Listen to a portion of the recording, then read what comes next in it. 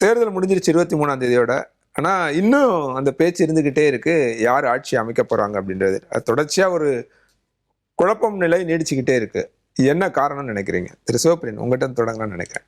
யார் ஆட்சிக்கு வருவாங்க? யார் இந்த இடத்த பிடிக்க அது போறாங்கன்றதுல கேள்வி. 4ஆம் தேதி தானே சார் தெரியும். அதுக்கு முன்ன நாம இதெல்லாம் டிஸ்கஷன் பாயிண்ட் ஆஃப் வியூ அவங்களுடைய பாயிண்ட் ஆஃப் வியூவை பேசிக்கிட்டு இருக்குமே தவிர ஆக்சுவல் ரிசல்ட் வந்து 4ஆம் தேதி தான். அது வரைக்கும் எல்லாரும் ட்விட்டரில் வந்து இப்போ ரொம்ப ஆக்டிவாக சோஷியல் மீடியா இருக்கிறதுனால எல்லாரும் அவங்கவுங்களுடைய கருத்துக்களை சொல்லிக்கிட்டு இருக்கிறாங்க. அதிமுக வந்து நாங்கள் ஆட்சி அமைச்சிருவோம்னு சொல்லிட்டு ரொம்ப வேகமாக பேசிக்கிட்டு இருக்கிறாங்க. தாவேகாவினர் ஆட்சி அமைத்து விட்டு விஜய் அவர்கள் வந்து முதல்வர் நாற்காலியில் அமர்ந்து விட்டார், சி ஜோசப் விஜய் முதலமைச்சர் அப்படின்னு சொல்லிட்டு அவங்க கேலண்டர்ஸ் எல்லாம் பிரிண்ட் பண்ண ஆரம்பிச்சிட்டாங்க. இன்னொரு பக்கம் எல்லாம் போட்டாச்சு. திமுகவில் பார்த்தீங்கன்னா எங்களுக்கு ஒன்றும் கூப்பெல்லாம் புதுசு கிடையாது, நாங்கள் வந்து தோல்வியை கண்டுலாம் அஞ்ச மாட்டோம்னு அவங்க ஒரு நெகட்டிவ் இமேஜில் போயிட்டு இருக்கிறாங்க. இதுக்கு நடுவில் நிறைய பேர் வந்து தாவேகா எவ்வளவு சீட்டு ஜெயிக்கும், திமுக எவ்வளவு ஜெயிக்கும், அதிமுக எவ்வளவு ஜெயிக்கும், தாவேகாவால் பாதிக்கப்பட போகிறது திமுகவா அதிமுகவா, எல்லாமே டிஸ்கஷன் தானே தவிர யாருக்கிட்டேயும் தரவுகள் இல்லை. ஒருவேளை இந்த ஒப்பீனியன் போல்ஸ் 29ஆம் தேதி ஓரளவுக்கு ஒரு டைரக்ஷனை காமிக்கலாம். அதன் பிறகு இப்போ எல்லாம் பேசிக்கிட்டு இருக்கோம்ல, இதெல்லாம் மாறி 29ஆம் தேதி ராத்திரிக்கு அப்புறம் என்ன ஆகும்னா எக்ஸிட் போல்ஸை கிரிட்டிசைஸ் பண்ண ஆரம்பிச்சிருவாங்க எல்லாரும். இப்போ ஒருவேளை எக்ஸிட் போல்ஸ் வந்து நாம் ஏற்கனவே எல்லாரும் பேசுகிற மாதிரி டிஎம்கேக்கு எட்ஜ் இருக்குன்னு சொன்னாங்கன்னா ஏடிஎம்கே வந்து கடந்த காலங்களில் தமிழ்நாடு சட்டமன்ற தேர்தலில் எக்ஸிட் போல்ஸ் எல்லாம் எவ்வளோ ஃபெயில் ஆச்சுன்னு கொண்டு வருவாங்க. ஒருவேளை அதிமுகவுக்கு ப்ளஸ் அப்படின்னு சொல்லிட்டு எக்ஸிட் போல் சொல்லிச்சுன்னா திமுக அதே வேலையை செய்வாங்க. ஸோ இவங்க 2 பேரில் யாராவது ஒருத்தருக்கு தான் ஆட்சி அமைக்க வாய்ப்பு இருக்குது அப்படின்னா உடனே தாவேகா என்ன பண்ணுவாங்க, இல்லை இது எல்லாம் தவிடுபடியாக்குவோம், எக்ஸிட் போல்ஸ் எல்லாம் நாங்கள் நம்புறதில்லை அப்படின்னு ஏற்கனவே அவங்க சொல்றதெல்லாம் இருக்கட்டும். எக்ஸிட் போல்ல இருக்க நம்பகத்தன்மைன்றது கடந்த 2024 தேர்தலில் மோடி கவர்மெண்ட் வந்து 400 சீட்டுக்கு மேல இடம் பிடிப்பாங்க அப்படின்னா பெரும்பாலான எக்ஸிட் போலோட ரிப்போர்ட்ஸ் இருந்தது. அதன் பிறகு வந்த பீகார் எலெக்ஷனோட எக்ஸிட் போல்ஸ் ஓரளவுக்கு சரியா இருந்தது, ஜம்மு அண்ட் காஷ்மீர் சரியா இருந்தது, டெல்லி சரியாக இருந்தது. ஸோ அது எக்ஸிட் போல்ஸ் வந்து 50-50 தான் சார். ஒரு டைரக்ஷன் இப்போ பேசிகிட்டு இருக்கிறது அப்போ மாற்றி பேசுவாங்க, அவ்வளோதான். 4ஆம் தேதி வரைக்கும் இந்த டிஸ்கஷன்ஸ் ஏதாவது ஒரு வகையில் தொடர்ந்துக்கிட்டே தான் இருக்கணும்.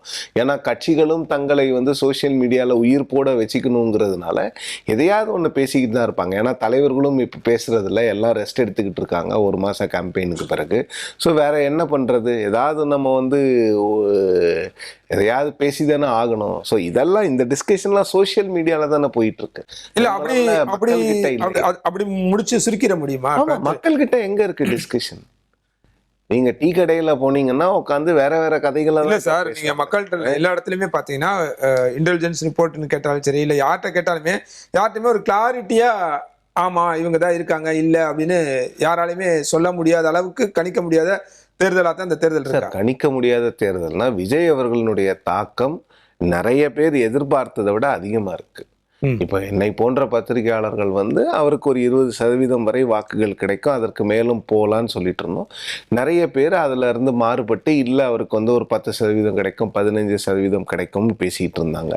இப்போ வந்து அன்னைக்கு எலெக்ஷன் அன்னைக்கு தாவேகாவினர்கிட்ட இருந்த அந்த எனர்ஜி, அவங்க கிட்ட இருந்த அந்த எந்தூசியாசம்லாம் பார்க்கும் பொழுது அவங்க அதிக அளவில் போல் பண்ணியிருக்கலாம்.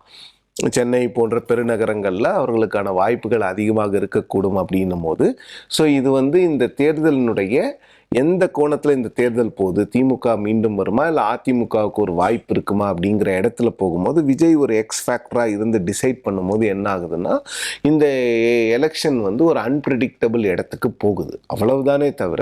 பட் இந்த டிஸ்கஷன்ஸ் இருக்க தான் இருக்கும். கடந்த முறை கூட நீங்கள் வந்து திமுக ஜெயிக்கும் பெரும்பான்மையானவர்களுக்கு தெரிந்தாலும் கூட கடந்த முறை வந்து இந்த மாதிரி ஒரு 10 நாள் கேப் எல்லாம் இல்லை. கடந்த முறை கிட்டத்தட்ட 1 மாதம் கேப்.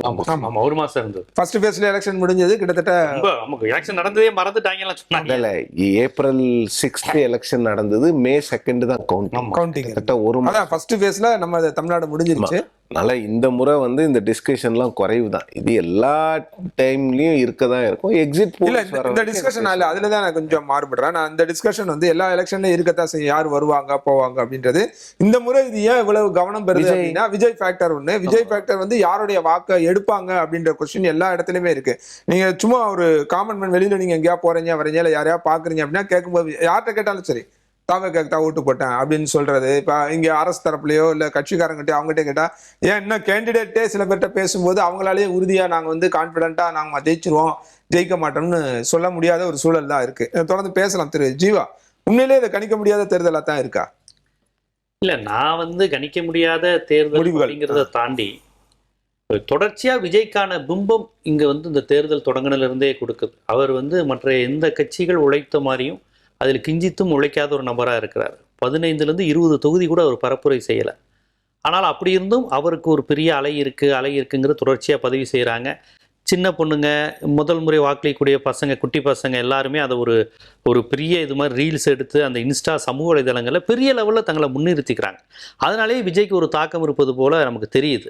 அந்த செக்டார் இருக்குல்ல, 18லேருந்து 35-40 வயசு வரை ஆட்கள் பண்ணுறோங்கிறது. அப்போ இந்த ரீல்ஸ் பண்ணக்கூடிய இந்த ரீல்ஸ் பண்ணி பழக்கப்பட்ட குடும்பங்கள் இருக்குல்ல, இந்த இன்ஸ்டாவில் யூடியூப்பில், அவங்க எல்லாருமே விஜய்க்கு சார்பாக இருக்காங்க.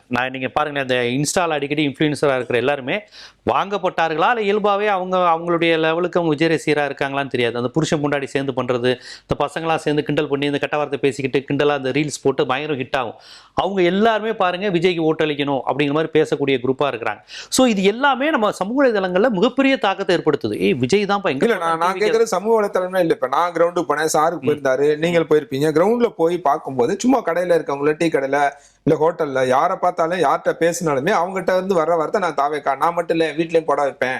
எங்க அப்பா அம்மா வந்து இது வரைக்கும் பாரம்பரியமா திமுகவுக்கோ அதிமுகவுக்கோ ஓட்டு போட்டுட்டு இருந்தாங்க, நான் அவங்களை வந்து விஜய்க்கு ஓட்டு போட வைப்பேன் அப்படின்னு சொல்றதெல்லாம் நம்ம கேட்க முடியுது. நீங்க சும்மா ஒரு 10 பேரை கூப்பிட்டு பேசினீங்கன்னா அது 8 பேர் வந்து தாவேக்கா ஓட்டு போடுற ஆட்களா தான் இருக்காங்க, போட்டதாக சொல்லப்படுது. இல்ல, விஜய்க்கு போட்டிருப்பாங்க, நான் போடலைன்னா சொல்லலை. விஜய்க்கு அவர் வந்து ஒரு பெரிய நடிகருங்கிற முறையில் அவருடைய கான்செப்ட், அப்புறம் திராவிட கட்சிகள் அழியணும்னு நினைக்கக்கூடிய ஒரு கான்செப்ட், இது எல்லாம் சேர்ந்து அவருக்கு ப்ளஸ்ஸாக அமையுது. எப்படியாவது இந்த 2 கட்சிகளையும் அழிக்கணும், ஒரு திராவிட கட்சியை அழிக்கணும். ஆனால் நம்ம சில இப்போதைக்கு சார் சொன்னது மே 4க்கு அப்புறம் தான் நம்ம எல்லாத்தையும் முடிவு செய்ய முடியும். அதுவரையும் நம்ம சில தரவுகள் இருந்து தான் பேச முடியும். சென்னையில் 16 தொகுதிக்கும் சேர்த்து 4500 வாக்குகள் கூட அதிகமாக வாங்கலை. சென்னை ஓட் பர்சன்டேஜ் தான் 85% டோட்டலாக. சென்னையில் தான் விஜயோட ஃபேக்டர், அவங்களுடைய முக்கிய நிர்வாகிகளாம் நின்னாங்கல்ல. நீங்கள் அவருக்காக வந்து வாக்களிச்சிருக்கணும்னா எண்ணிக்கை கண்ணாமுன்னான்னு ஏறி இருக்கணுமே. ஓட்டு 4500 ஓட்டு குறைஞ்சிருக்கேன், 16 தொகுதிக்கும் சேர்த்து கடந்த முறை குறைஞ்சிருக்கேன். கிறிஸ்தவர்கள் வாக்குகள் குவிறாங்கன்னா, தமிழ்நாட்டில் கிறிஸ்தவர்கள் அதிகம் இருக்கிற மாவட்டம் உங்கள் எல்லாருக்கும் தெரியும், கன்னியாகுமரி. கன்னியாகுமரியில் வாக்கு விழுக்காடு 60% தாண்டலையே. படித்தவர்கள் அதிகம் இருக்கிறாங்க, கிறிஸ்தவர்கள் 60-70 விழுக்காடு நினைக்கிறேன், 60% அவ்வளோ பேர் இருக்கிற கிறிஸ்தவர்கள் என்றாலே விஜய் தான் அப்படிங்கிற ஒரு பிம்பம் கற்பிக்கப்பட்டால் வந்து விழுந்தடிச்சில் குத்தி இருக்கணும், நம்மால் ஒருத்தன் வரணும்னு. அப்படி இல்லை. இஸ்லாமியர்கள் வாக்குகள் என்றால் முஸ்லீம்னா பாளையங்கோட்டை தொகுதியில் உங்களுக்கு வாக்கு விழுக்காடு அதிகரிக்கலை. அதாவது இவங்க சொல்றாங்களா வாக்கு விழுக்காடு இதனால தான் அதிகரிக்குது, வாக்குகள் விஜய்க்காக புதியவர்கள் வந்து அதிகம் போட்டிருக்கிறாங்கன்னா, நான் வந்து தரவுகள் இருந்து பேசுறேன், அரசியலா பேசல. கன்னியாகுமரியில் ஏன் குறைஞ்சு, பாளையங்கோட்டையில் ஏன் குறைஞ்சு, தலித்துகள் என்றால் வட தமிழகத்தில் பிஆர் பாலிடிக்ஸே காலியாகுது, விசிகேவே காலி, தலித்துகள் என்றாலே இனிமே விஜய் தான் அப்படிலாம் சொன்னா, உங்களுக்கு வந்து வீரபாண்டி, சங்ககிரி, சேலம், கரூர்னு வழக்கமாக கொங்கு மண்டலத்தில் தானே வாக்கு விழுக்காடு அதிகமாக இருக்கு. வட தமிழகம் தானே அதிக தனித்தொகுதிகள் இருக்கிறது, தலித்துகள் கணிசமாக பிஆர் பீப்புள் அதிகம் இருக்கிறது வந்து அங்கே தானே. அப்படி ஒன்றும் அதிகரிக்கலையே. உங்களுக்கு இந்த ஃபேக்டர்ல இருந்து பாருங்க, இவங்க சொல்லக்கூடிய தலித் பாக்கெட்ல வாக்கு விழுக்காடு அதிகரிக்கல, முஸ்லீம் இதுல அதிகரிக்கல, கிறிஸ்தவர்கள் இதுல வாக்கு விழுக்காடு அதிகரிக்கல. சென்னையில விஜய்க்கான ஃபேக்டர் நாங்க எங்கேயுமே வாக்கு எண்ணிக்கை வந்து கூடலையே. அப்ப நான் என்ன சொல்றேன்னா, வாக்குப்பதிவு இந்த முறை நடந்ததை வந்து எல்லாத்தையும் விஜய் ஃபேக்டரோட, ஊர்ல இருந்து கிளம்புனா விஜய்காண்டி, சவுதியில கிளம்புனா விஜய்காண்டி, கிளாம்பாக்கத்துல கூட்டம் அதிகரிச்சுன்னா விஜய்க்காக, கோயம்பேடுல கூட்டம் அதிகரிச்சுன்னா விஜய்க்காக, போலிங் அதிகரிச்சிருச்சு எல்லாம் விஜய்க்காக. அது எல்லாத்தையும் நம்ம அறிவியல் பூர்வமா தடுத்துட்டு வரோம். SIR நடந்திருக்கு, மற்றபடி இயல்பான வாக்குப்பதிவு நடந்திருக்கு.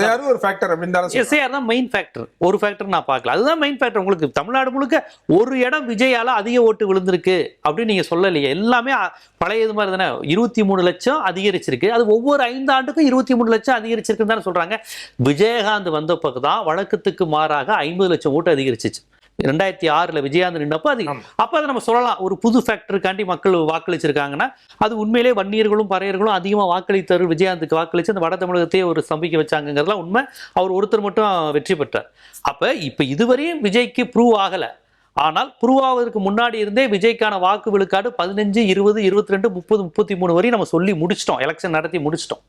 ஆனால் நீங்கள் போலுக்கு அப்புறம் நீங்கள் பார்த்தீங்கன்னா இவங்க சொன்ன கான்செப்ட்ல இருந்து நான் அளவுகள் எடுக்கிறேன். தலித்துகள் ஓட்டு எங்கப்பா வாக்கு விழுக்காடு அதிகரிக்கல, சென்னை என்னப்பா வாக்கு அதிகரிக்கல, இப்படியாகத்தான் நான் பார்க்க வேண்டியது இருக்கு. ஆக விஜய்க்கு ஓட்டு விழுந்திருக்கு. யாருன்னா முதல் முறை வாக்காளர்கள். அவங்க முஸ்லீம் கிறிஸ்டின் எந்த சமூகம் பார்க்காம கண்ணாமுன்னான்னு குத்தி இருக்காங்கிறது உண்மைதான். டிஎம்கே குடும்பத்திலேயும் சில பிள்ளைங்க செல்லமா வளர்ந்த பிள்ளைங்க லிட்டில் பிரின்சஸ் மாதிரி பிள்ளைங்களும் போட்டிருக்காங்கிறதுலாம் செய்திகள்லாம் நம்ம வருது. ஆனால் இது ஹோல் ரிசல்ட்டை தாக்கத்தை ஏற்படுத்துமானா எனக்கு தெரிஞ்சு ஏற்படுத்தாது.